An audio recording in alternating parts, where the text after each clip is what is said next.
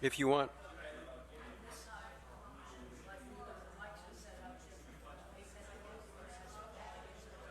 Not at the end. I mean, after about 20 minutes. I mean, after the first 20 minutes, we're going to go into a total. I don't know, but it looks like Noah's not showing up, so I'm just going to sit here.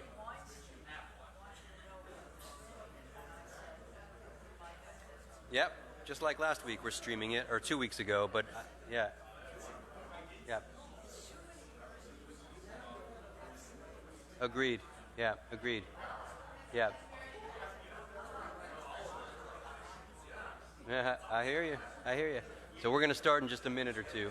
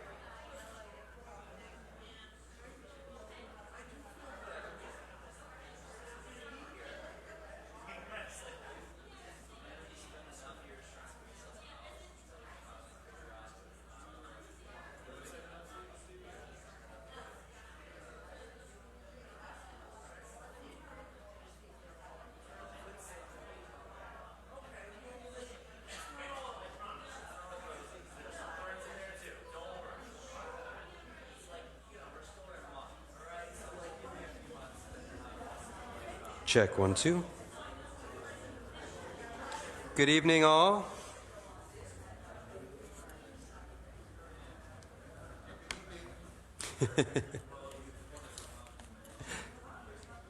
if our esteemed panelists would come on up, grab a seat. Eric, would you mind taking the middle seat? That'd be great, if possible. I mean, since there's the number of people here that there are, would it be all right if we, I don't know, sat down here, or would that be? Well, we are live streaming, so we need to be mic'd. Yeah, yeah. Great thought, though. Just from a perception of power rules, I prefer not to be in the middle of the conversation. All good. Yep. Always mindful of dynamics. Yeah, yeah. Super.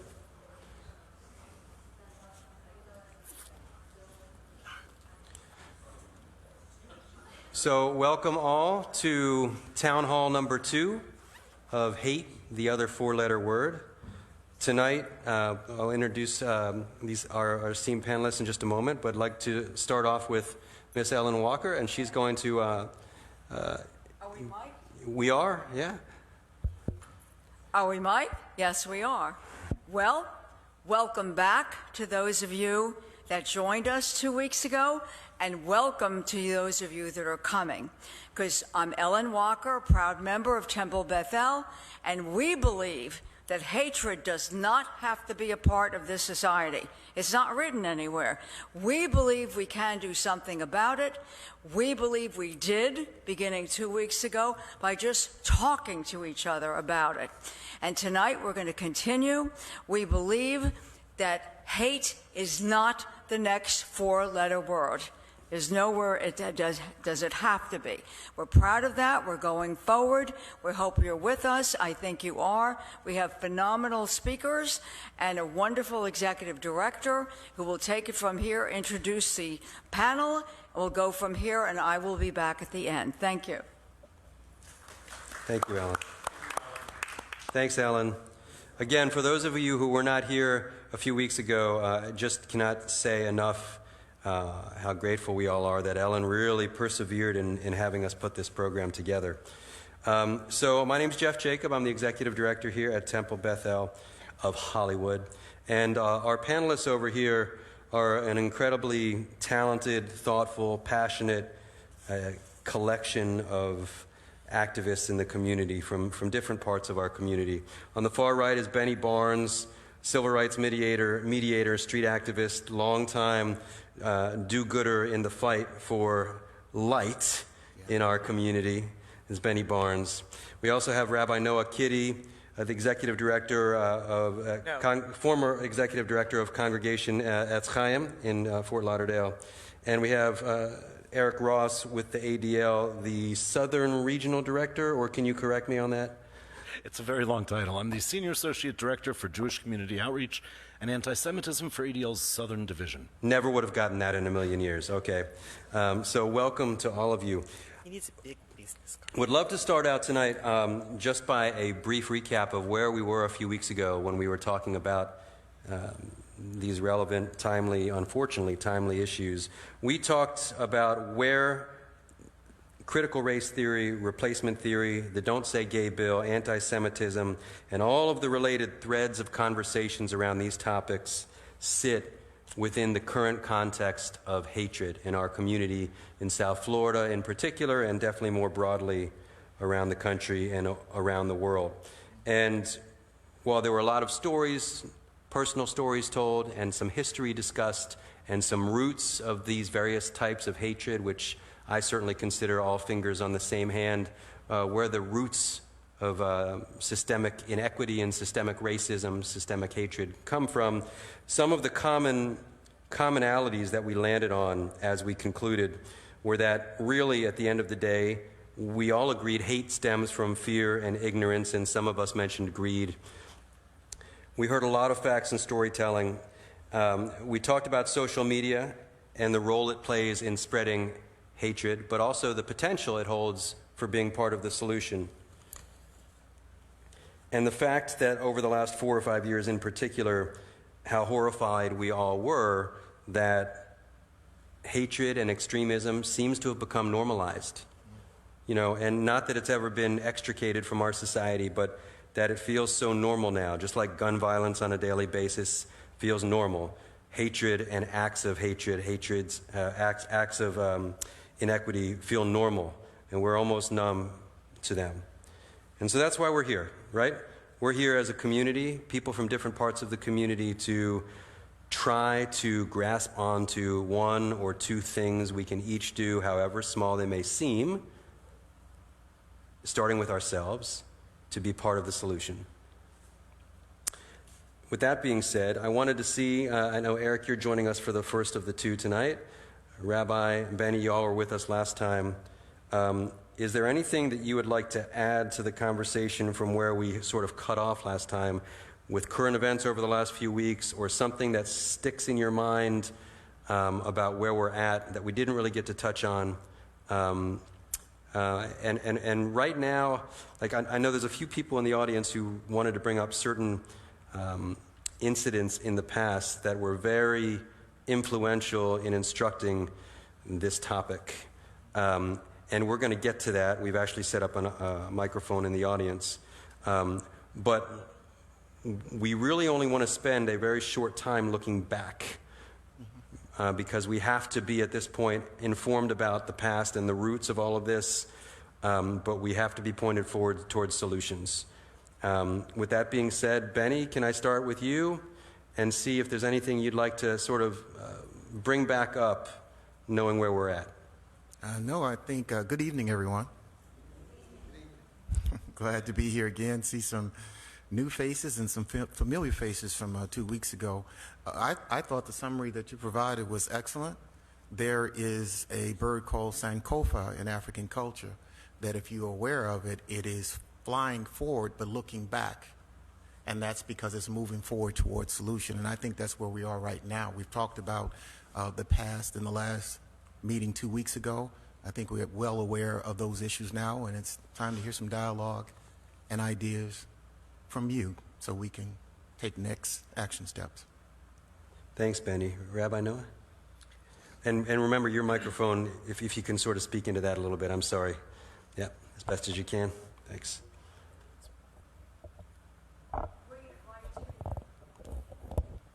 Thank you.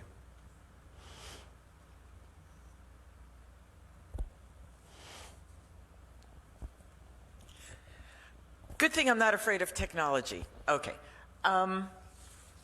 I also want to thank everyone, thank Jeff, certainly the synagogue, for this very, very important program, and to have 2 sessions is really, truly appreciated. What I'd like to sort of last week, a question that I asked, which was, how easy is it for you to change a deeply held idea? How easy is it? It's pretty hard. And because, you know, this is a deeply held idea of mine.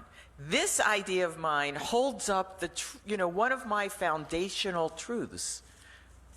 So if you're trying to talk to someone who has hatred of Jews as one of their foundational ideas, or hatred of people of color, or hatred of LGBTQ, or hatred of immigrants, or hatred of foreigners, or really hatred of anyone. So if that is one of their deeply held foundational ideas, how easy is it going to be for us to change their mind? What I suggest is instead a look at our own selves and how we are willing, how much we are willing to take the position that we have the authority to tell somebody else their truth and to force our opinion on them, as though they need to check in with us before they announce their idea. It's a particular kind of arrogance, and we all have it, right? Because we all have opinions of somebody else. They shouldn't be doing that. That's not right. There ought to be a law. I'm going to call somebody, right? All of a sudden, we're like the ethics police, the clothing police, the song police. You know, we become some sort of law enforcement officer and judge, jury, and executioner. So look at our own hearts, see what's going on in there, see what would touch your heart, and share that with the other person. Thank you, Rabbi. Eric? So you asked about what's taken place since the last meeting 2 weeks ago, and it's hard not to know what took place. I guess it was early yesterday, with the FBI serving a search warrant on former President Trump's office at Mar-a-Lago.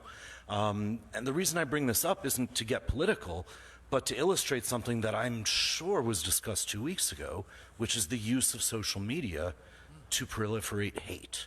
And a lot of times we think about that as sort of this big thing that's been going on for 30 years, and it's just this big snowball. And, well, no, sometimes it's lightning fast. In under 48 hours, we've had to put out 2 different reports from our Center on Extremism on the sheer tidal wave of extremist conspiracy theories, of anti-Semitism, of just absolute unadulterated hate that's not just being spread by faceless, nameless yahoos with fake Twitter accounts, but even by opinion makers, people in the public eye, and in some cases even some elected officials, media personalities. So legal experts want to discuss legal merits of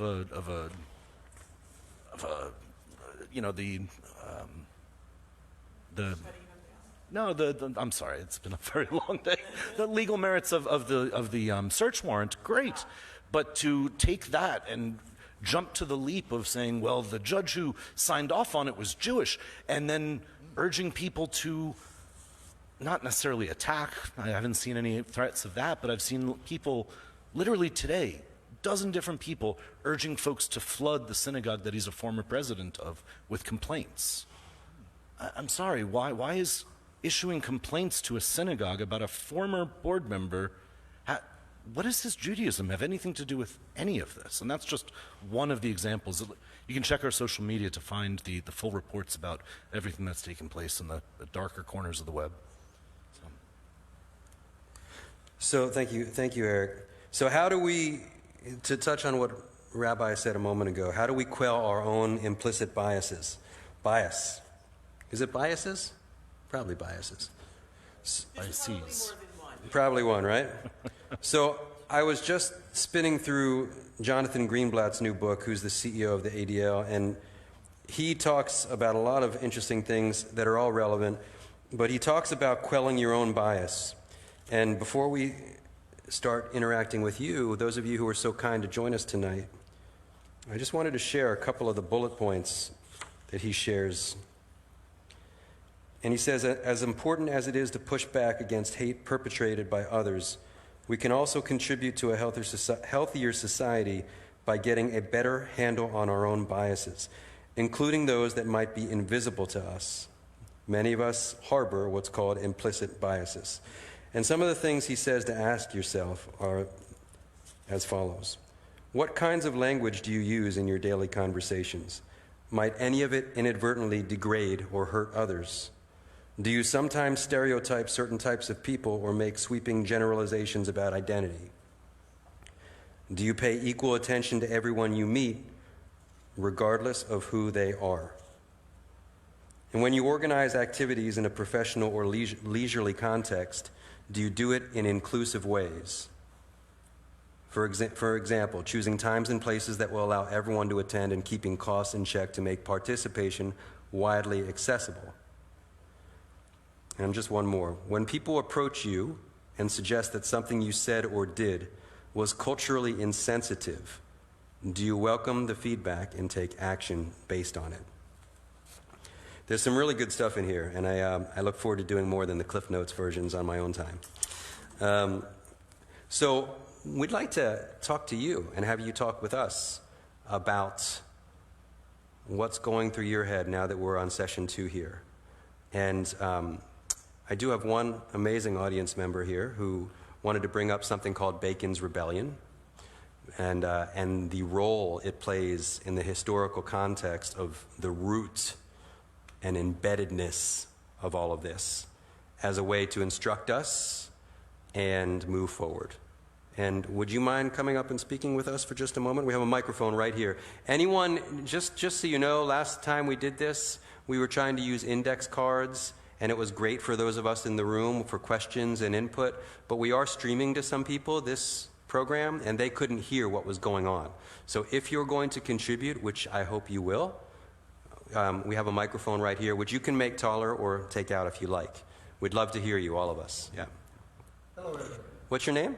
My name is Bill Milner. I'm from Delray Beach. My wife Jane is over here. We heard about this event on WLRN, and thought that we should be here. Would you hold? A little closer. Yeah, there you go. We should be here. Thank you. He mentioned Bacon's Rebellion. Has anyone else ever heard of Bacon's Rebellion? No one? And what?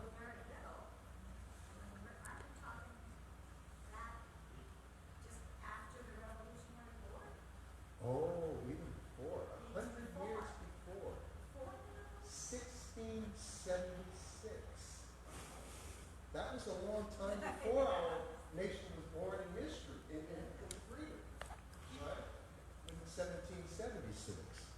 So Bacon's Rebellion, and I find it a little startling that no one has ever heard of it, because basically what it was a scion from England, came to Virginia Tidewater region, and he wanted to gain power. And he didn't like the way the landed gentry were running things, because for the previous decades, they had made alliances with some of the Indians to do trade, to foster harmonious relations when they could. Okay, they didn't do this with all of the native tribes, but with some. And they had these settled relations with them that had a commercial component to it that served both sides well. This gentleman from the famous Bacon family in England, he thought that the lower class, well, let me back up. First of all, at this time, our conception of race, of black and white, being solidly divided, it didn't exist at this time. Now, I know it might be difficult to believe. Irish people were seen on the same level as the black people. Okay? Literally. Okay? You had free blacks, you had indentured servants, you had enslaved blacks. Okay? So Nathaniel Bacon, what this gentleman did, he issued an ultimatum to Mr. Berkeley, who was the leader of the group there. And he wanted them to make war against these Indians and push them further west so that the more lower class whites could have a better go at life. Because the wealthy whites had taken all the best land. You know, they came over here and they wanted to work with their hands and build a life for themselves. And so he thought that he would make a war against Mr. Berkeley, against the status quo. Okay? And he tried it once and failed, and they let him get away with it. There's a message there. And so he thought he'd do it again. But you got to understand what his group looked like, this organization that he pulled together. It was a bunch of poor people. It was blacks. It was whites. It was a bunch of rabble-rousers. Okay? And they went against the established government to try and take it down. They were defeated. But this is what's interesting. This is where it brings us to the forward moment. In order to prevent this type of combination of people, literally, we the people, coming together ever again in any type of cooperation to build for the future, they had to invent the white and the black race. Understand this. In Europe, you have the Irish and the English, and they're at each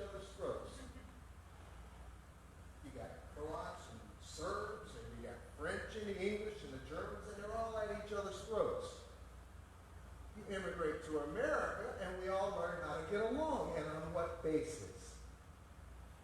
We have to agree with the established racial order, which arose out of Bacon's Rebellion. Because what happened was, when he got sick, got dysentery and moved to take over the government, his little ragtag band they got overwhelmed by the authorities. So they cut his head off, put it on a pike, and then they called all his white compatriots together. Microphone. And said, from now on, all you poor people are one of us. You're just like us. Okay? And so he got all these people together and he said, you black people over there, we're going to take all of their personal property. We're going to take their personal property and we're going to give their property to you, and in return, you're going to become our law enforcement force. And you're going to become our supervisors of these people to keep them in control. So you take a movement of working people, of people striving to build a better future for themselves, against moneyed interests, very powerful interests connected to the king, okay? And so you create a big thing in order to divert people's attention from the general tenor of what human beings need to survive, and you focus them into some kind of division and just create all kinds of anger between people. And then you can use that paradigm, that model, for anything in the future. You can use it to get immigrants to turn on each other. Oh, they're rapists and they're murderers. But they're okay to work on our farms to pick our food to make sure we're all well fed. Legal or undocumented. Because a lot of this anger we see, it's manufactured. It's just like a Chinese provocation. People can pretend to be angry to get us to respond in the way that they desire, like little puppets. Okay, and that's how we bring this forward. We're being manipulated by all types of forces. And by the way, not all of those forces are on the right. Absolutely. Okay? Evil is everywhere. And so is good. And that's the saving grace. What we have is we have some history that has driven our habits, driven our investment, driven our law.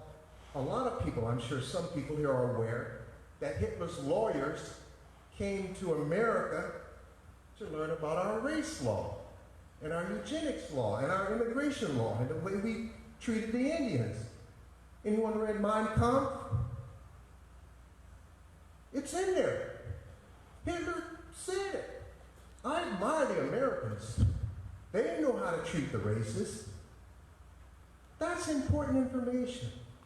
That informs us today.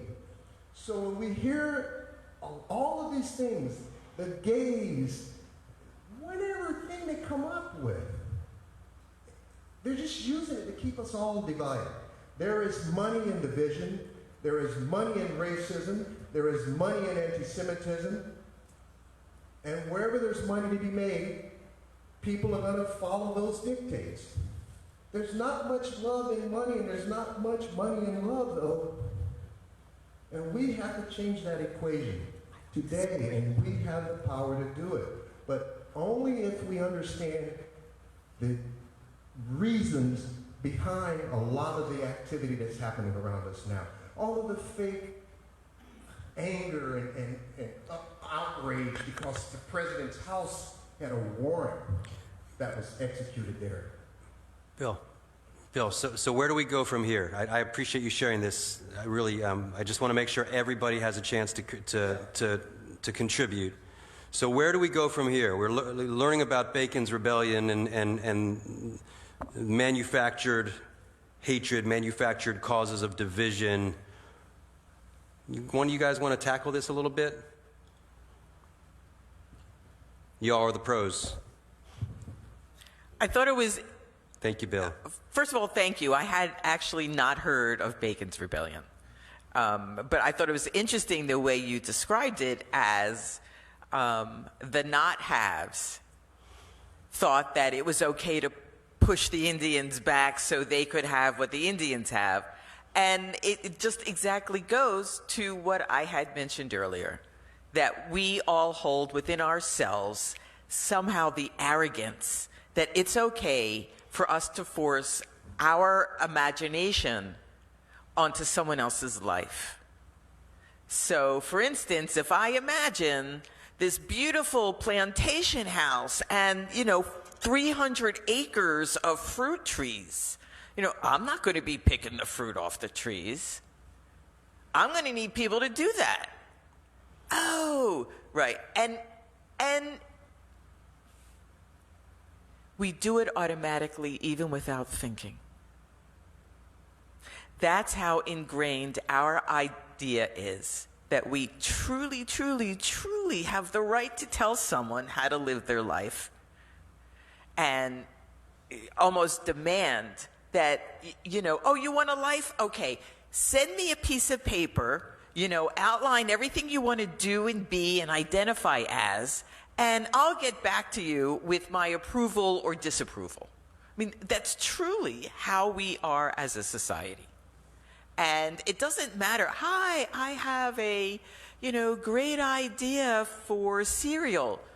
Someone's going to jump on and say that, I'm being culturally insensitive, or I'm a shill for the dairy industry because there's milk in the... Immediately, there is a negative reaction. Immediately, socially, almost everything. MLK was not universally loved in his own community. They were like, dude, they're going to shoot at us even more if you don't keep quiet. So the urge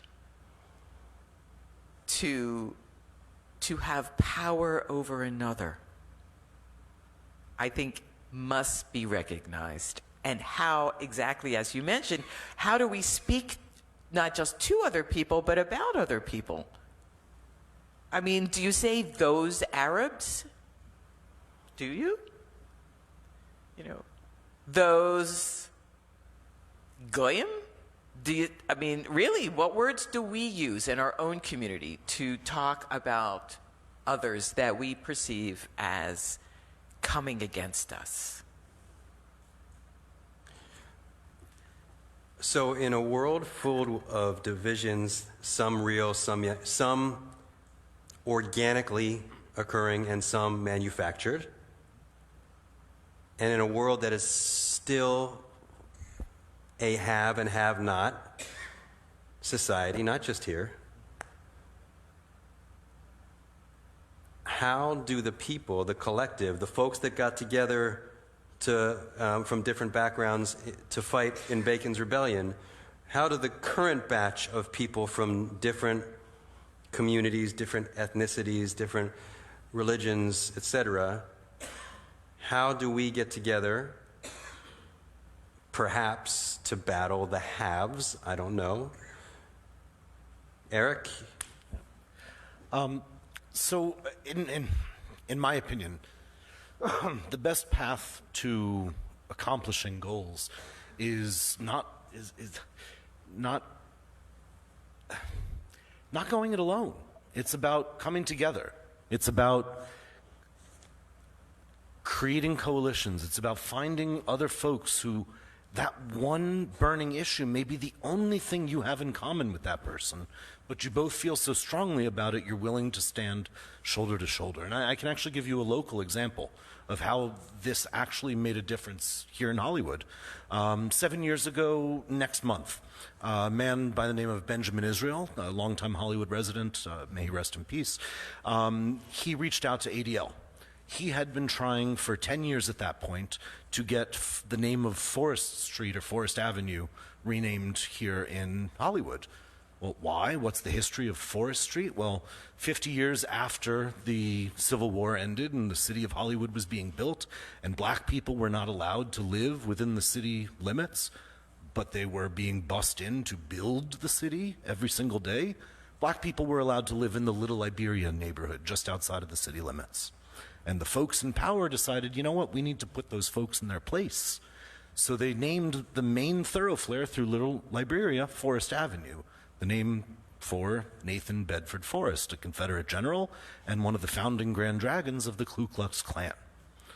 This was done specifically to spit in the eyes of all these people who were building, literally brick by brick, this city. And time came, time went, years and years went by, nobody even had a clue who Forrest was. The folks living on that street didn't even know what it was named for, generally speaking. But Benjamin Israel did. He was a black man who had converted to Orthodox Judaism when he was young. So he was a key part of the black community and a key part of the Jewish community. And he spent 10 years, 8 of which as a member of the black community advisory board, the African American advisory board for the city of Hollywood, trying to get this name changed, and nobody thought it was important enough. So he quit the board in protest and started showing up to every single city commission meeting, week after week after week after month, and he got nowhere. Well, like I said, 7 years ago next month, he reached out to ADL and said, hey, I don't know if this is in your wheelhouse, but I've tried reaching out to NAACP, I've tried reaching out to Urban League, and nobody has the time or the energy to help me with this. And I said, well, hey, I'm new on staff, but I know that we assisted the school up in Jacksonville a couple years ago with changing the name of Forest Middle School. Let me see what I can dig up about the logic and the reasoning. And so we, ADL, joined forces with Benjamin, and we convinced him to try our approach for a change, the catching more flies with honey approach. And we started having individual lobbying meetings with the mayor, with the city council members, trying to impact change from within. And once we'd had those meetings, we sent a formal letter to both the city commission and the African American Advisory Council. And to the day he died, Benjamin credited ADL with creating that sea change, that change of tide, that suddenly it was okay to be in favor of this. But that wouldn't have happened if he had only, no offense to the organized black communal organizations, but they had bigger fish to fry at that moment.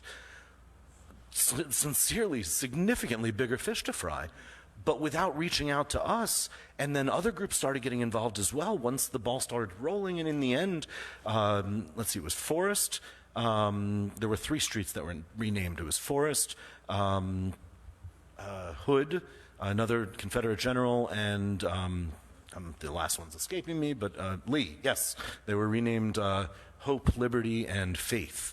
Much more aspirational messages, especially in the communities where they travel. But my point is that without people that had nothing in common except for this common goal coming together, no change ever would have happened. So. How is it possible that 13% of the people needed 2% of the people to make this happen?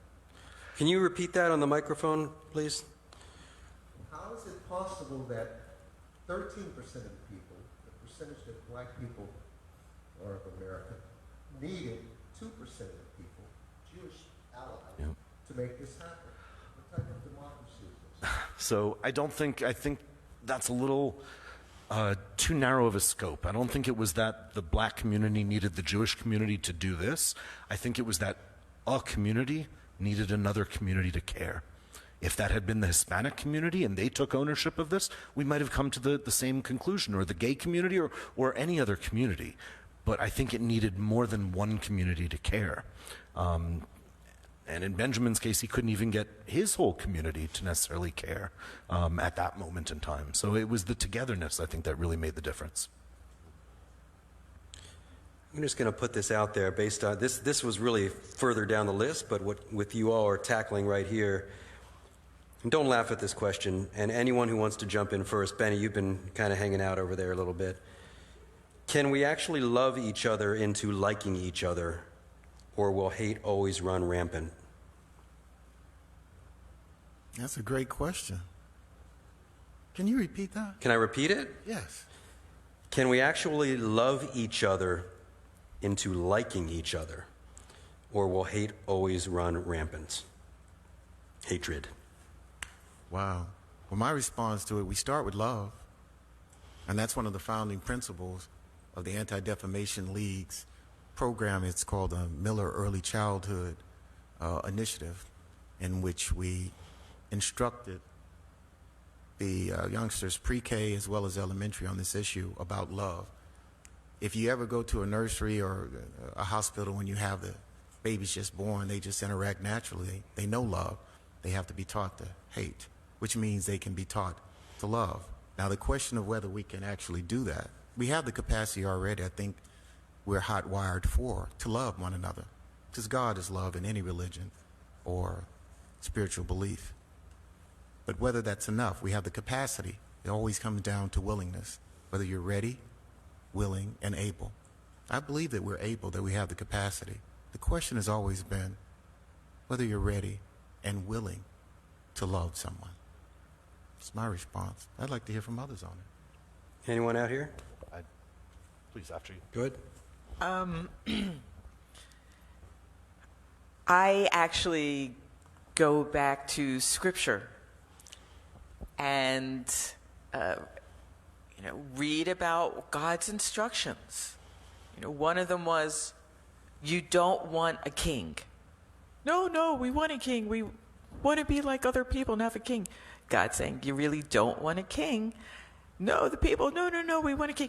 In other words, people, to me, it was people had familiar structures that they clung to. So that even though they were like, get us out of Egypt, right? Okay, you're out of Egypt. And then make us look just like Egypt, make us look. In other words, they repeated what they knew. And what they knew was it's okay to figuratively and literally lord it over somebody else, because their social structure was so hierarchical that, yes, there might be people above you, but there's a whole host of people below you, and you the boss of them. Now, yes, there's somebody going to be the boss of you. That's just the way it's built. But it's constructed as somebody going to be the boss of somebody. And we do it even in our homes, joking around with our kids. I brought you into the world and I can take you out again. Yeah, you heard that one, didn't you? Yes. And it's said with love, but that is truly the attitude. I can take you out. Why? Because God said so. Now, God never said so. God never said so. God said, you don't want this structure. And people said, we do want the structure. You don't. You do. Okay. And then we have Leviticus, which is how to boundary human behavior, because once you've got the idea in your head that it's okay for you to lord it over somebody else, you can actually make them do it. Then the only response is, how do we boundary this chaos, this barbarian attitude? And that's what we've done. If you look at law doesn't keep anybody from doing anything. And if you look at the law, as it's written now, people have a tremendous amount of leeway in terms of the harm they can do to somebody else before the law steps in. We know that historically the law rarely stepped in for our black brothers and sisters. Rarely stepped in. It was there, just, it stepped out. It was sometimes there and sometimes not there for Jewish folk. It depended which point in history and what country we found ourselves in. But literally every single ethnic community, we just look at each other and say, who can we push around? Who can we push around? And that's the attitude that I'm asking us to take a look at. Not to change it. There, no new laws, please, no new laws. We don't follow the ones we already have. If you call for new law, you're just actually digging in your position against somebody else and their position. It's like what the ADL did. They didn't have protesters outside the office with signs saying how horrible the commission members are, because that's a sure way to get somebody on your side is to call them out publicly. Yeah, they'll be sure to say, oh, okay. So it really is an internal attitude of, if I'm in a situation and I really need someone else to cooperate, how is that structured? On the one hand, you don't want to, try to be logical with your 4-year-old. No, now, Billy, I'm trying to build you good habits so that when you're 20, but also, how do we treat ourselves? The violence with which we are so easily reaching for and not reach for it. We're told biblically that there's a mountain of curses and a mountain of blessings, right? As far as I can see, we've filled our world with curses. Every single community feels justified, truly, fundamentally, righteously justified to curse the heck out of somebody else that they believe has done them harm. And this is what we have. We have a world full of curses. So we could try to bless people. It's an option. I'm just thinking maybe, cursing people hasn't changed anybody's behavior. Maybe we can turn around and bless them. You're on 95 and you're on the left-hand lane and somebody in a fast car passes you on the left in the breakdown lane going 100. What's your response after you recover? Like, oh my gosh, was that a spaceship? Do you curse them out? Usually it's a typical response. Or do you say, I hope that person finds their peace before someone is hurt. I hope that person finds their peace before someone is hurt. Now, it's not going to change the guy. He's already 4 miles ahead, right? Because he's going $120. But it does change you. It changed you from being in a position of arrogance and judgment and self-righteousness to a person who's a source of blessing. It's beautiful. I have a very quick answer, just because when I saw this question earlier today, I really loved it, so I thought of a quick response, which is, can you love each other enough to like each other? I would say no, because in the context of that question, that loving is typically done from afar. It's, we respect those folks and we appreciate those folks. But liking doesn't happen from afar. Liking happens from up close. Liking happens when you get to know the other. Are we doomed to hatred if we continue being the others? Yeah, probably. But if we get to know each other, then we can get to the liking. So, yeah. So, any of you sitting out here, I urge you, if you have a question or a thought to share or a suggestion, please just raise your hand and step up to the mic and step up to the mic. We'd love to hear from you. I will say that as you're coming on up, any of you who want to learn better how to pray for other people, there's a great book by an author called River Jordan, and she wrote a book called Praying for Other People. And it speaks to what Rabbi Kitty was just talking about.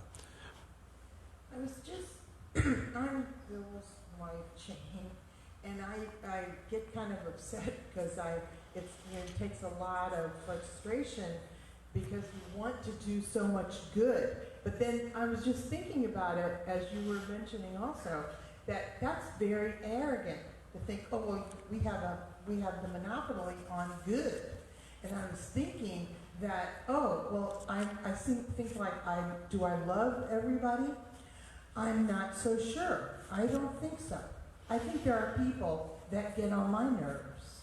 And they're maybe not the regular people that you think, but still there are other people from different groups that do get on my nerves. And it was interesting. I think that I'm open-minded, but yet yesterday we were in line we were in a traffic light, and somebody from the car up ahead of us threw trash on the ground outside the car, threw some junk out the window. And we're at the stoplight, and he gets up, and he goes to put, to maybe pick up the trash. And the man in the car said, "Don't get any closer, I'm licensed to carry." And so he ran back and got in the car. Okay. So then we're at the next light. And the man looked over and said, "Take care of yourself." And we thought, well, I thought we were taking care of ourselves because that's the environment. Oh, with the environment, we want to keep it clean. But then we were thinking, well, wait a minute. Just because we're an environmentalist doesn't mean everybody has to be an environmentalist. How are we going to live together? So I thought, wait a second. Think what I would like to do that just got me thinking just now is whatever we're thinking, turn it around to the other side. And besides blessing them, think of the other people as us. Do we want, it's kind of the golden rule in many ways. Treat others as you would like to be treated. And so that's how you have to do that. We have to change, really. How can we change? We have to change ourselves. Since we're here, it's something for us to think about. And I was just imagining that he could have gotten killed over trash. Thank you.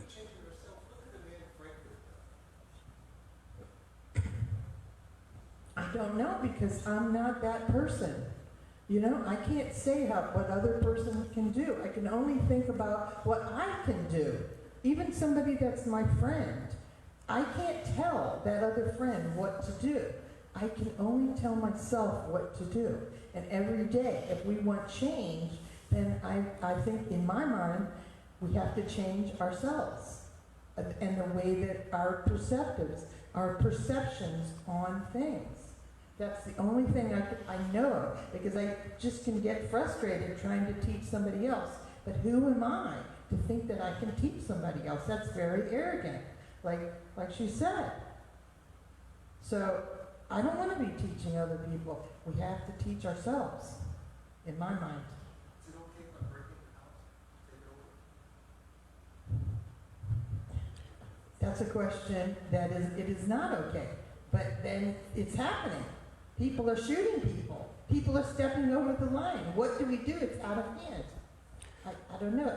I really, at this point, I can only think about what can I do.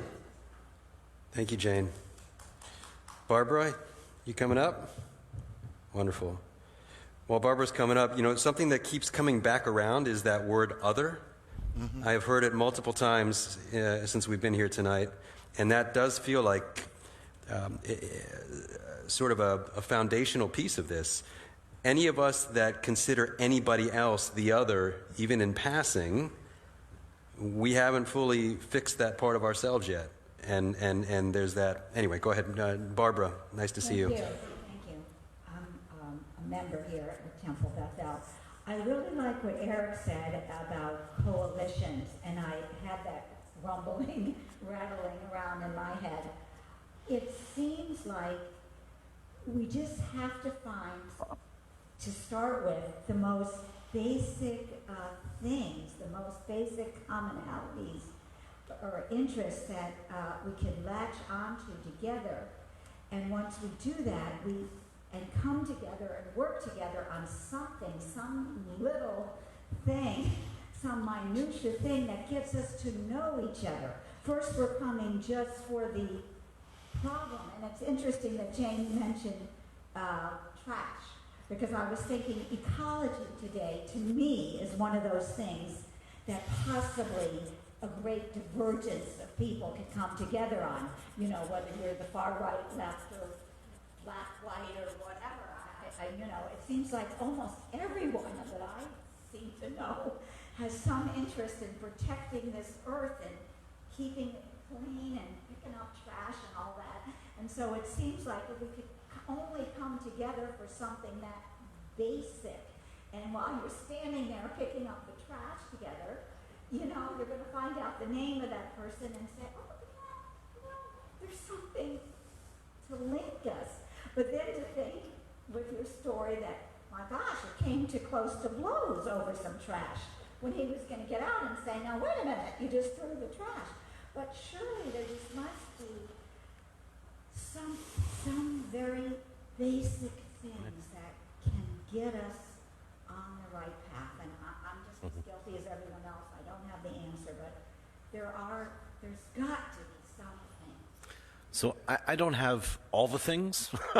I don't have the answer to all the things, but in my personal quest to find that thing for my life, I looked around and I said, well, what is something that I do have in common with all the other people around me? Well, we're all residents of the same place, and we're all proud. I imagine most of you are proud to live in Hollywood, Florida. Well, I'm proud to be from Coral Springs. And I guess about 8 years ago now, when I was wanting to, my daughters were younger at the time, they were 4 and 8, and I wanted to do more outside of work to make my world a better place, the world that I could affect.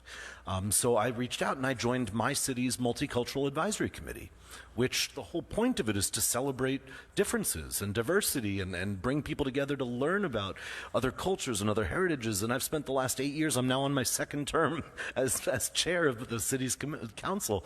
And I'm one of the very few white people involved in this committee. And it's a beautiful thing that there's so many people that care. And so for me, that's my outlet to demystifying the other and making friends and turning people who might not look like me or sound like me or have the same accent as me or the religion as me, but we have things in common, and now we know what we have in common because we've all taken the time to find those things. So whether it's getting involved in your city here or getting involved in a something like ecology or feeding the homeless or getting out the vote, those relationships, they'll bleed over into other things in the future, and they're important. So I salute you, and I urge you to find your thing. So this is great because we're headed in a solutions-oriented direction, and while Stuart makes his way up to the microphone, I want you all to think a little bit more, Benny and Rabbi and Eric. I have a specific question that focuses on what Jane and Barbara were saying, and this is a question to you. Are there specific, successful collaborative efforts that you've seen that are interfaith, intercultural down here where entities from different backgrounds have not just gotten together to socialize, but to put their differences aside for the greater good of another part of the community? And here is my personal example. It was the late 90s in Nashville, and I was trying to be active in the Jewish community, and an interfaith Habitat for Humanity build was put together. I was a militant Zionist at the time, and very confident in my views about how right everything Israel was about. It's a long time ago, how right everything Israel did was. I was very narrow in my focus. And that day, the person digging with me with his shovel, who was paired up with me in one part of the Habitat build, it was a synagogue, a mosque, and a Presbyterian church. I was paired with a young man named Yasser Arafat, and it wasn't the one we all know, but he was very proud of his family name, and we had to spend 5 or 6 hours digging ditches together. And I sensed a sea change in myself after that day. And I'm just wondering if you know of similar initiatives down here that have been successful in the past. But if you want to think about that for a second, I'd like Stuart, who's a member of our board, to come on up and say his piece. My name is Stuart. Hi, Stuart. Hi, everybody. So, going on what Barbara said about commonality. Commonality is fine. So if you have people that are picking up trash, you all have an ultimate goal.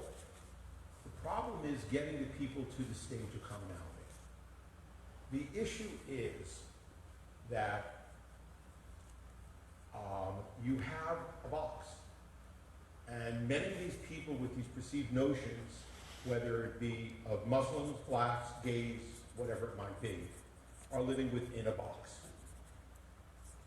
I'm going to quote one of the best philosophers that I know, and her name is Shirley, and that was my mother. And our entire family uses one word that my mom used over and over again. And the word is association. And that word is very relevant. If you are only associating with people within your box, those people within your box have perceived ideas about those people outside the box. Whether it be a person of color, of a different religion, of a different sexual identity. What we've seen over and over again, and when you have those on the far right, and the far right doesn't only have to be people that are, they can be people of the Jewish faith, the non-Jewish faith, because there's plenty of far right on the Jewish faith, and there's also plenty of left on the Jewish faith.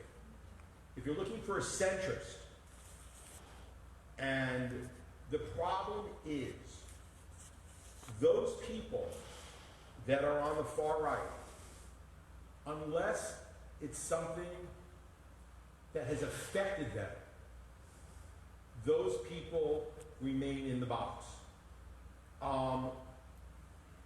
You have many of the, and I'm going to bring in the Republicans here, who are, for the most part, far removed from centrist. Unless something affects them on an individual basis, whether a family member turns out to be gay, members, their family marries somebody of a different color, all of a sudden things change because now they're moving outside the box. But until that happens, it's very kumbaya to say that we all should love each other. And it's true. Everybody should love everybody for whoever they are, whatever they believe in. That comes from Scripture. However, that is not going to change anything. Because in everyone's heart, they're going to say, yes, oh, I love everybody. But when it comes to voting, and voting is a very important factor here, they're not voting with the love in their heart. They're voting with the association, going back to the word that my mom used, to those people within the box. And until those people, and I don't have the answer for that, until those people are able to see what's outside that box, and to see that there are people that are different than them, that are on the same level as them, even though they may not have the same beliefs as they do, I don't see change coming quickly. Right now, we're in a really bad situation. I mean, this is getting, it seems to be getting worse every day. Everyone in this room will tell you they don't even want to turn on the televisions. The hatred that's going on there every single day seems to be getting worse and worse and worse. So, anyway, that's it. So, Alan, just come on up, but 1 second. I just throw it back. I want to throw it back to you. Yeah, go ahead. One last point. Yeah. I've been privileged and blessed. I visited probably the majority of every Muslim country. I've been through Africa. I've been through black countries, Asian countries. I've traveled the world. And I will tell you, my eyes have been opened to not be judgmental on anybody. On anybody. But the problem is, like I said, I'm very blessed, I'm very fortunate that I have that opportunity. Most people don't. So I've gotten outside the box as much as I can. And the more I see, the more I want to see. The problem is, how do you open up that box and get those people that live within the box to appreciate everything else going on in the world? Thank you, Stuart. Alan, 1 second. I just hold that thought, because there's a common thread now between the last three of you, and it's all talking about, with different words, getting outside the box and association. And if people associate only with people within their box, there will always be an other. Each of the last three came around to that at some point. And I asked you all a question a few moments ago about specific, actionable collaborations that can happen to help get us outside of our normal boxed-in associations, where we're trying to do something for the greater good with someone who's different than us. So, Ellen, is what you're going to bring up pertaining to that, or should we have them talk first and then you jump up? You tell me. Yeah, it's a continuation. Okay. Benny. I just want to comment on what Eric said. Looks like we have 6 degrees of separation with your affiliation with the Anti-Defamation League. He's rocking the No Place for Hate shirt right there. And I was one of the trainers since 2003 to actually deliver those workshops in both the No Place for Hate and the World of Difference program. That is the perfect example of what he's talking about in collaboration and cooperation on the street change in Hollywood. I'm a resident of Hollywood.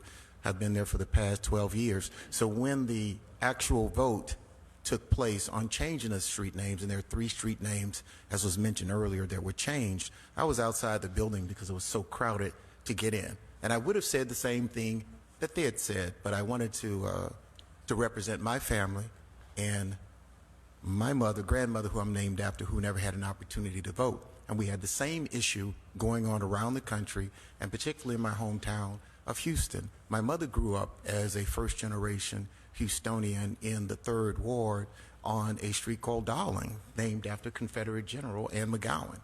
The same kind of collaboration that happened in Hollywood to change those 3 street names is the same kind of collaboration that was needed in Houston to change that name from Dowling to now Emancipation Avenue. And what's ironic and probably unique about that is, as you know, we celebrate Juneteenth as our Emancipation Day, not July 4th, 1776, because there were still enslaved Africans there. I happen to be a descendant of those enslaved Africans who picked cotton in East Texas on a plantation. My mother, my grandmother, and everybody back.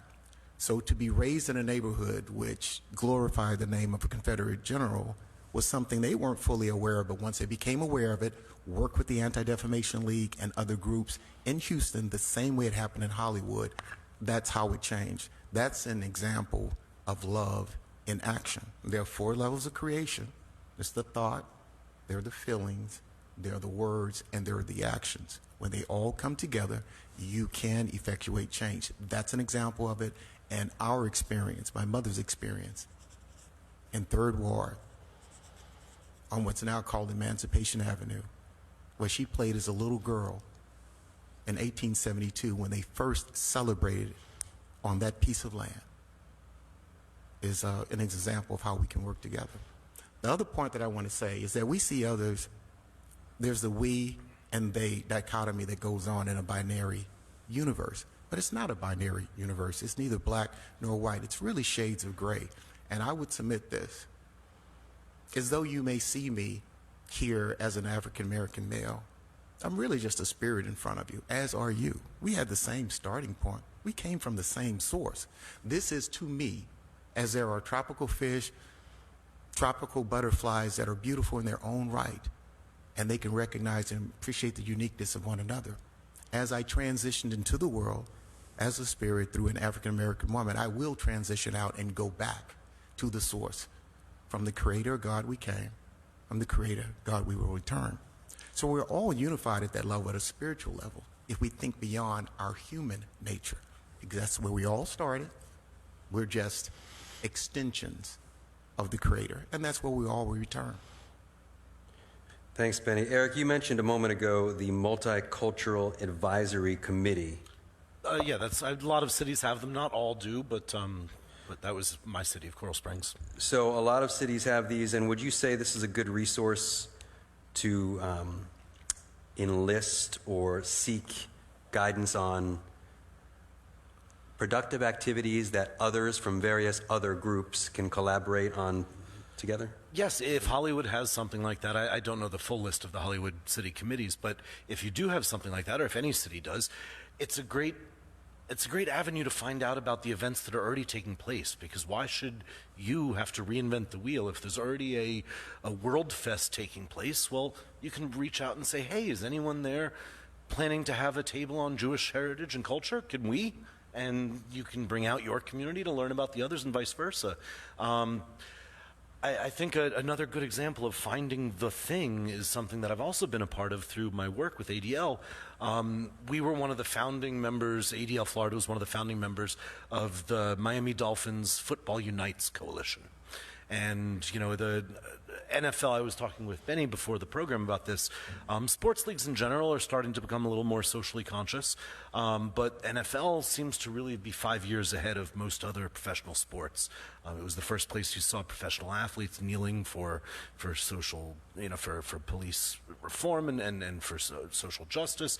In the wake of the death of and murder of George Floyd, you saw entire NFL teams putting out statements and things like that. My point, though, was the Dolphins in particular, they wanted to do more than just put out statements. They wanted to do this, to find something that could bring the community together, and they realized they were that thing, because almost everybody loves football, or you at least love the excitement of rooting for a team. And what started as, I think, 12 organizations, vastly different types of organizations from all different religions and backgrounds, I think there's something like 50, 60 groups now involved in the Football Unites Coalition, and other football teams around the country are starting to create their own similar versions of Football Unites. It's become a model. So that's just one example of, you can find that thing in the strangest of places. And I've been to iftar dinners at 5 different mosques in the last 5 or 6 years, in large part because of my involvement with that. And so that's my next example, is as a house of worship, that in and of itself can be a thing. You know, people of faith are people of faith regardless of what religion you believe in. If there are churches or mosques around here that you can partner with, maybe for a religious school student exchange, where their religious school students come for a Shabbat service here and your religious school students go to an Easter Mass or an iftar dinner or something like that there.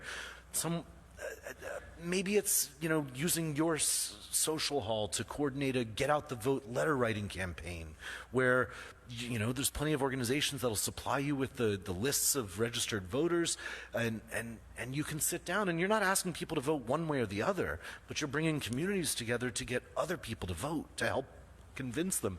Because it doesn't matter how you vote, it just matters that you vote, because that's how we will get better representation. So I always highly recommend, you know, obviously you vet the organizations you want to work with before you blindly go forward, but that's always a really great starting point for a house of worship. So. Rabbi? And just not to interrupt, but I'm going to interrupt. We're in the period of time when we've got 10 to 15 minutes, and we're going to be wrapping this up. So just everyone, if we can be cognizant of that, that'd be great. Sorry, go ahead. Yeah. Also, we talked about how you change people's minds, and that's really hard. I mean, think of changing your own mind. Okay, I'm gonna lose that last 10 pounds. I promise I'm only going to eat chocolate on Shabbos. Right? I mean, even those little things, and, you know, sometimes they work and often they don't. So rather than break our teeth on trying to change someone's mind who's diametrically opposed to us, another way of addressing the issue is actually, as we've just been talking, to build coalitions. In other words, let's say there's 10 organizations in your community, wherever you live, and one is really behaving like quite the nudnik. But you have 9 others. And they're all, you know, hey, let's be the adults in the room. And they turn to the nudnik and they say, that's not how we behave. And hopefully, over time, you know, it will be 9-1 in terms of who's the nudnik in your community. Because right now, we have a lot of nudniks, right? Because the adults have, you know, well, everybody deserves free speech. No, you don't. It's not okay to say, I hate you and I want you to die. I just don't think that's okay. So building coalitions and having it be so socially unacceptable to be hateful. You know, even to the point of, you know, we don't want Clarence the insult comic dog. I mean, I don't know his name, but You know, instead of making insulting and violence our entertainment, build coalitions with people with whom you can build a coalition with. Great, makes sense. Benny? Real quick, Ellen, you've been waiting patiently. You want to come on up to the mic? No, I think I have a very loud voice. Okay, just remember there are people online who want to hear you. One of my first jobs ever was teaching high school in a very, very tough district. And it just happened that they were a good mixture of Hispanics, blacks, and whites, and they come into the class. And you know what? High school. And you know what? After they kind of looked at each other for a while, Stuart, this is the opening of the box. They got to be friendly because they saw that there were other human beings. It doesn't matter what you are. You can always easily hate what you've never known and never had. And if you have, and maybe the box opens here, right here in Temple Bethel. We started. We can open boxes. We can move on from there. But it's very hard to hate when you actually see somebody. Very easy to hate, some picture on the wall or whatever. But I saw these high school students who were tough, man. They came in like Ellen, and they wound up being friendly because they could see each other. Ellen, I think she'd like you to speak into the microphone so the folks at home can. Well, that's all I'm saying. Okay, Ellen, thank you. Yeah, so Ellen was just reiterating getting out of the box like we've been discussing. Ruth? Yep, thank you. So I think we started with something as a big idea, which is building a coalition and working with each other. And Barbara and I are on the education committee, and we've talked about getting people together through food. We can get people together through food and have people from the community. Is there a gay, something that you eat that's particularly gay? I don't know of it. I don't know. I don't mean to laugh, but I mean, I do know that my friend who taught at a high school went to a multicultural event, and it was a black school, and everybody brought this wonderful barbecue, and she brought a can of pickled herring, and no one wanted it. So is it something like that? No, it's more like tea sandwiches with the crust cut off. You're funny. An event that opens up to the community at large, that is about food, that represents different cultures and share recipes and share ideas, and incorporate music so that we get young people here who are interested in showing who they are through their voices, and maybe have an event like that. That's actually brilliant. it is brilliant, yeah. It truly is brilliant. You may or may not know that there's an enormous Muslim community in Broward County. It actually is huge. But the Muslim community does not organize itself like the Jewish community, right? We have a system of landsmen, right? Chaim Yankel goes to Pittsburgh, right, and brings everybody from his town to Pittsburgh. It's a little different. They're more spread out. And also we have to remember that while the Jewish community is, basically Ashkenaz and Sephardic, the Muslim community is quite international.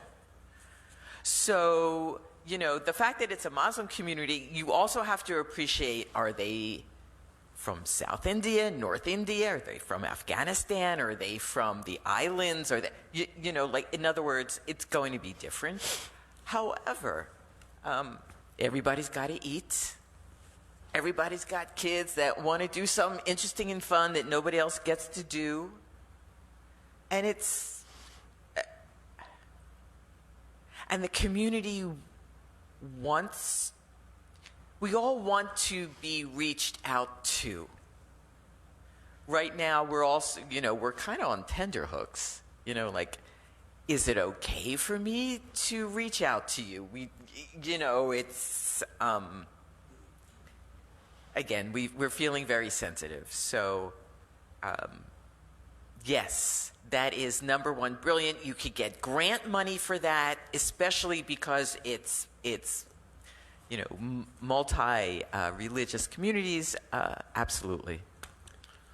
It's a great idea, Ruth, and breaking bread together. There's an internet phenomena called breaking bread on Facebook over the last couple of years with the pandemic, and maybe there needs to be a multicultural interfaith once a month, not associated with the holiday, something that is standalone for the distinct purpose of togetherness with others, and it could rotate around the community. Maybe we could all help figure out a way to put that together.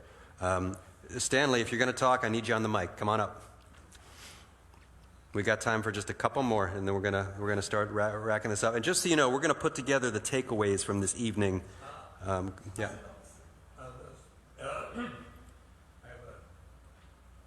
bit of I look to people, four of you, as four of our leaders. Now, what are you going to do? We're willing to back you up, but what? Get together and tell us what the best thing to do. And I think everybody here and more people in this temple will back you up. But you have to tell us what you want to do. Do you want us to go to the streets? Do you want us to go to the television? Do you want us to go to the radio? Do you want us to go making speeches? Do you want us to have parties? Do you want, whatever. But you have, as leaders, four of you are our leaders. Like it or not, you are our leaders. We are the followers. Tell us, and we'll back you 100%. But you must tell us what to do. Also, if anybody has prejudice, and I think everybody has prejudice in this lifetime, the only thing I'm prejudiced for is my food. You have to be prejudiced. Let's be prejudiced only for our food. That's a good idea. But going back, tell us what to do, get together, whatever, and come back here and tell us what you want us to do, and we'll do it. I think everybody here will help out. We have to have action. We've done a lot of talking. Now it's time for action. And you are our leaders. Like it or not. So, We just elected you. So Stanley, thank you so much. And I go ahead. Stanley, we already started. These people are here. We're already on the road. We're already meeting. Let's just continue meeting. We're all mixed up. We have different people, different nationalities. Let's let it roll. We don't have to have an invitation from these people. We invited them. Let's just go with it. Let's start meeting, talking to each other, and getting to know each other. You know, like the song went. Instead of waiting somebody to tell us what to do.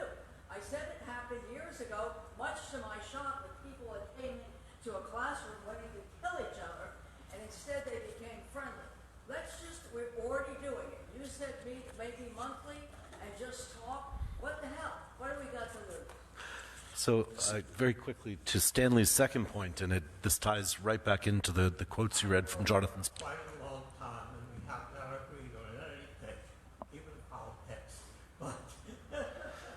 But I think that we need a leadership to go forward at this point. Thank you. Thank you. Real So- quick, before Eric goes, I think Ruth just exhibited great leadership, and actually anyone who is attending here this evening and was here 2 weeks ago, by participating, you are first taking the responsibility to lead yourselves towards the possibility of change. So you can't lead others until you're willing to lead yourself. And Ruth's idea was brilliant tonight, and it was positively elemental at the same time, because we all eat and we all break bread together. Eric, go ahead. I was to Stanley's second point about being, prejudice. This ties us right back full circle to the quote Jeff read from Jonathan's book about bias and how it truly is universal. When we do programs in schools, I like to look into a room full of high school or middle school kids and say, okay, how many of you think you're prejudiced? And very few people will raise their hands, obviously, unless they're trying to be the class clown. Okay, well, take it a step further. How many of you think you're biased? So let's try it here. How many of you think you're biased? You know, maybe some hands of some folks who've done some study might go, okay, well, let's try this another way. Who here prefers, is Coke your favorite soda? Raise your hand. All right, is Pepsi your favorite soda? Raise your hand. No, how about Mountain Dew? No, Sprite? 7-Up? By the time all the hands are raised, I say, congratulations, you're all biased. You all have a preference. It is totally universal, but until we examine those biases, we can't come to terms with the impacts they have. So, I love it. So we're going to take one more. My comment relates to something that I've seen many communities do. Here in Broward, we have it too. I think most people have heard of this, one school, one book, one town, one book, one community, one book, where we have a book. Broward County Libraries has this every year. Take eyes on a librarian, can't help it. But the programs are run from grants, and you pick a book of broad discussion value, and whoever wants the book gets it free from the community that's putting it out, somehow arranged for major discounts, and the people get the book and they're invited to come back, 6 or 8 weeks later, and of course we'd have to serve some food, and the purpose would be to discuss the book. And I've done that with kids, sometimes successfully, sometimes not. I've never run a program, but I think that Bethel could, and I think there are ways to get books at super duper discount. But I just also want to say about, maybe about 25 or 30 years ago, I went to some teacher's education program, and Rabbi Rami Shapiro was giving a talk. And he went around in the room and gave everyone 2 or 3 M&Ms. And said, don't eat yet. And after everyone got their M&Ms, he said, look at them and pick out the color you want. They were plain, not peanut, and said you could eat one. And then he said, well, how do they taste? Even though they're all different colors, they taste exactly the same. Thank you so much, guys. Thank you, Barbara. That's what the Tyrannosaurus Rex said when he came upon the village. Listen, so before we conclude, I'm going to give an assignment to each of you as panelists. I'm going to ask each of you to think for a moment before I spout off for another moment on if there's one tangible suggestion you would like to challenge everyone here tonight to consider trying to do at home in their community, and have a backup in case the person next to you suggests what you were about to suggest. So have like a 1 and a 1A perhaps, just planning for contingencies.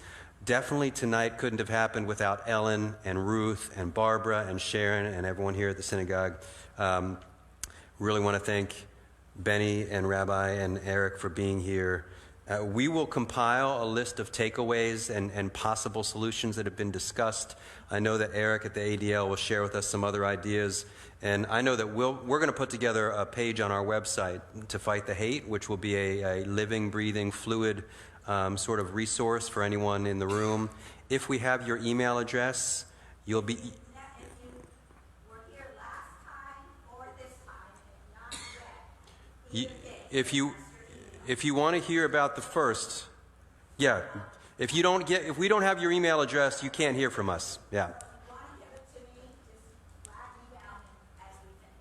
Barbara is who you give the email address to, and that way you will know about the first Breaking Bread Together, which was Ruth's idea, that we might be the ones to host it here. Who knows? So with that being said, I'd like to start with Benny. If there's one tangible love in action kind of thing you would suggest, what would it be? Well, I'll suggest this since we're on the theme of biases and we all have implicit biases. Please raise your hand if you've heard the song by Michael Jackson, Man in the Mirror. Man in the Mirror. He Man asked in the if you Mirror. heard Man in the Mirror. It looks like most, if not everybody, has. Well, that's about self-reflection, about self-determination. That's an action we can all take ourselves. Is want to do something that we can do in the confines of our home. That's the first place, is to start with ourselves. And I would recommend, I've taken it myself, there's a Harvard implicit bias test that you can take on your computer. Some may be familiar with it. It won't take very long, and there are protected categories in there for you to test whether you have biases in any of these areas: race, gender, sexual orientation, religion. Can you raise your hand if anybody's taken that beside me in the building? 2 others. 3. I recommend that you do that. You can start with yourself. If you don't think you have any biases, I do. I own the one. I am biased toward people who are loving, who are caring, who are giving. I am biased against those who are hateful, who hurt people, and who commit violence. I own that. But we also have biases based on those protected categories, as we talked about earlier. I encourage and challenge you to take it yourself to see if you harbor some in any of those areas where we may be perceived as different. Benny, what was the name of that implicit bias test? Was there a certain one, or just Harvard Harvard? implicit bias test. You can Google it and it'll come up. Okay, great. Take it on your computer. Thank you. Rabbi? It's a little ironic that Harvard is doing the implicit bias test, but okay. So we talked about meeting with other groups, and honestly, even though we said not around a holiday, I actually had been thinking of for years to do some community inviting over Sukkot. Because the holiday itself, you know, it's really about eating outside with your friends. I mean, you know, you shake a lulav and you sniff an etrog, and that's the holiday. So, you know, it's perfect to invite someone outside the community. You know, you could have, you know, dinner for Jewish atheists. Yay, it's food, whatever. You know, and then it's eight days long. So you could, you know, if you had enough cooks and people to help, you could host 8 different communities. You know, and you really could have a season of get to know me. And then, you know, then you'll get together for Tuesday, you know, and create a new holiday, a new celebration in Broward County where it's Get to Know Me Week. I just made that up. But there you go. Thank you, Rabbi. I love it. Ties in nicely what Ruth was talking about. Eric? My suggestion, you know, that is to get outside your comfort zone. So each of us lives in our own little box, like was discussed earlier. But we all know people. You know, most people know somebody who's a little bit different than you. So ask that person. Say, hey, I want to educate myself. What is something of concern generally to your community? That way you're getting it, you know, straight from a member of that community. Sure, we're concerned with this, that, and this, that, and the other. Okay, well, pick just one of them. And spend 20, 30 minutes online. Learn about that issue. Learn about that topic. Really delve deep. Read articles, not just headlines. And learn about an issue that does not directly impact you. Because the more you know about it, the more likely you are to care about that other person's struggle, because now you have a better understanding of what they're going through. And when you have that follow-up conversation to share what you've learned, you're going to learn even more. And maybe that person will say, hey, that's a neat idea. What's something that concerns your community? I'd like to learn a little bit more about that. And it can be contagious. So Let it spread. Great. We are out of time tonight. I thank everybody for being here tonight, and especially thank you to the folks who helped make this possible. Thank you to our panelists. Spread the word. More to come. Take care, and make sure we have your email address. Thank you so much.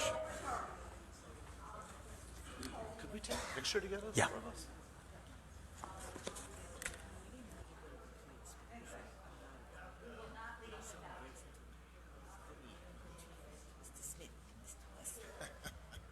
Could we please take a picture together? Certainly.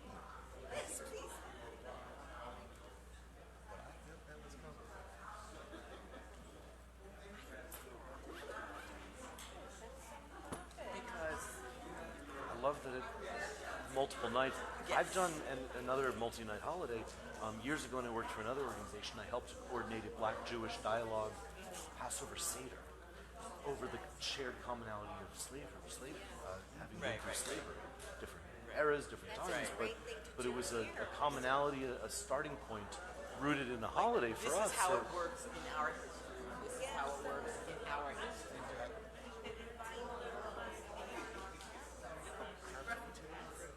It's like everybody was this big on the. Oh, it's wonderful to meet you in person. Take it for granted.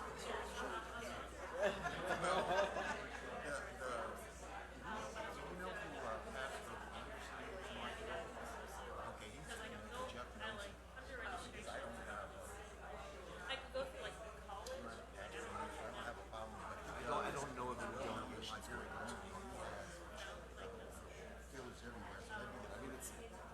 It's such an amazing difference.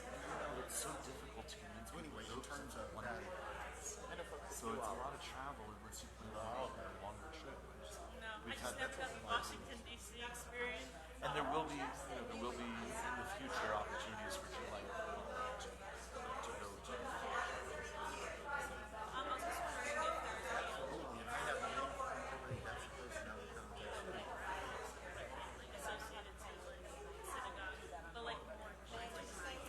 Of course.